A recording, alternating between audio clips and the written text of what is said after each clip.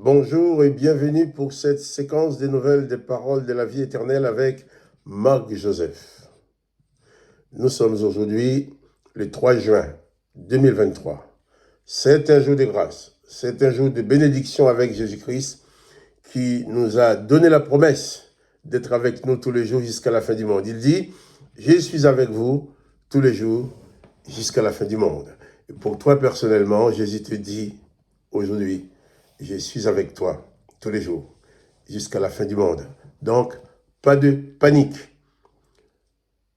Pas de raison d'avoir peur de la journée, de ce qui va se passer, car quoi qu'il arrive, Jésus-Christ est avec toi.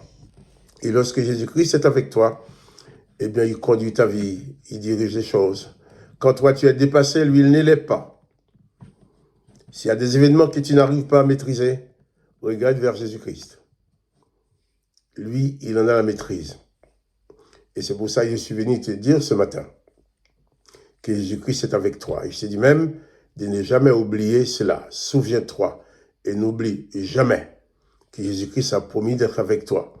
Que ta foi soit placée dans cette promesse de Jésus-Christ. Et c'est cette foi-là qui va te conduire dans la victoire. Parce qu'au moins, si tu as la certitude que Jésus-Christ est avec toi, tu vas avoir la paix dans ton cœur. Les événements ne te feront pas trembler. Même quand tu as l'impression que ça va mal, tu regarderas vers Jésus-Christ qui viendra toujours à ton secours. Quels que soient les événements, les circonstances que tu vas avoir à vivre durant cette journée, je t'encourage à ne pas perdre le courage. Je t'encourage à placer ta confiance en Jésus-Christ. Regarde vers lui, car lui seul a le pouvoir de tout faire. Il a bien dit que tout pouvoir lui a été donné dans les cieux et sur la terre, et il est avec toi, avec tout le pouvoir qui est en lui. Que son nom soit béni. Nous allons lire cette fois-ci dans l'évangile de Jean, chapitre 6, et à partir du verset 30.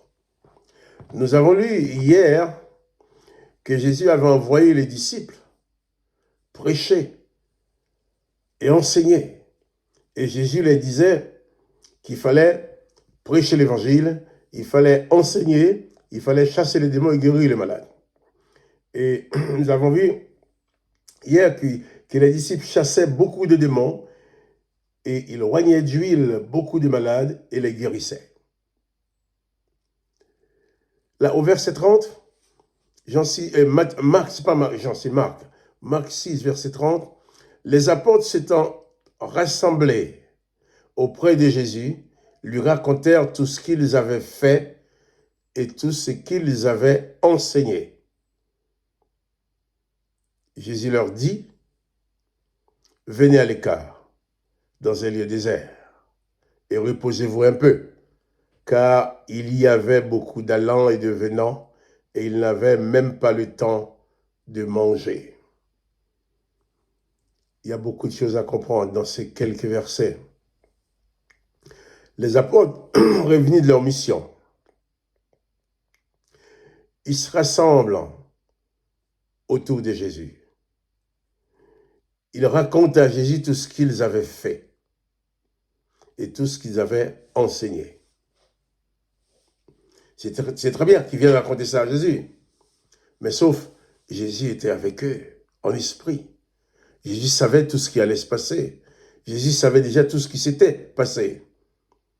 Mais qu'est-ce que c'était formidable pour eux. Avec cette passion dans le cœur. Ils disent, Seigneur, voilà ce que nous avons fait, voilà ce que nous avons enseigné. Tu nous as donné le pouvoir, nous l'avons utilisé. Nous avons prêché, nous avons enseigné, nous avons chassé les démons comme tu nous l'as demandé, nous avons guéri les malades. Et Jésus les écoutait. Bien entendu, tout ce qu'il disait à Jésus n'était pas une révélation pour Jésus.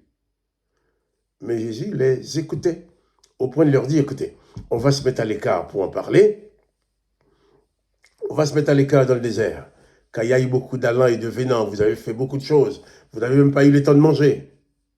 Jésus a compris tout cela. Et ces hommes qui sont revenus vers Jésus dans la joie, dans l'enthousiasme, parce qu'ils ont servi. Ils ont fait des choses que Jésus leur avait demandé de faire. Et ils sont revenus rendre compte à Jésus de tout ce qu'ils avaient fait. Mais ces gens-là avaient, j'ai l'impression qu'ils avaient la passion dans le cœur. Ils faisaient les choses avec passion. Jésus peut tout faire sans nous. Mais il ne veut pas faire sans nous. Il veut nous utiliser. Jésus ne veut pas faire sans toi. Il peut tout faire sans toi. Il peut tout faire sans moi.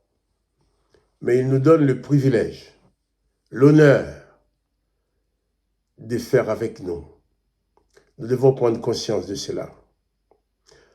Afin de ne pas faire le travail de Dieu, l'œuvre du Christ, avec négligence. Jésus n'a pas agi avec négligence sur la terre. Il n'a pas agi avec nonchalance. Il a tout fait avec passion. Il était venu là pour accomplir sa mission. Il l'a accompli jusqu'à même donner sa vie. Et c'est pour ça aujourd'hui il te dit, je suis avec toi tous les jours jusqu'à la fin du monde. C'est Jésus qui était mort mais qui a ressuscité, vivant au siècle des siècles. C'est lui.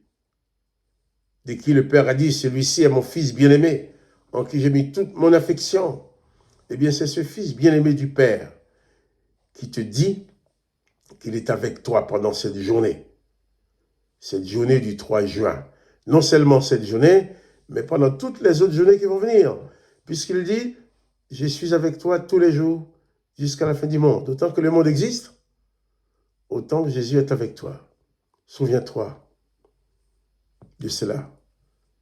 Ne l'oublie jamais. Afin que ta foi ne défaille point. Afin que ta foi ne se trouve pas dans la buée, dans les nuages.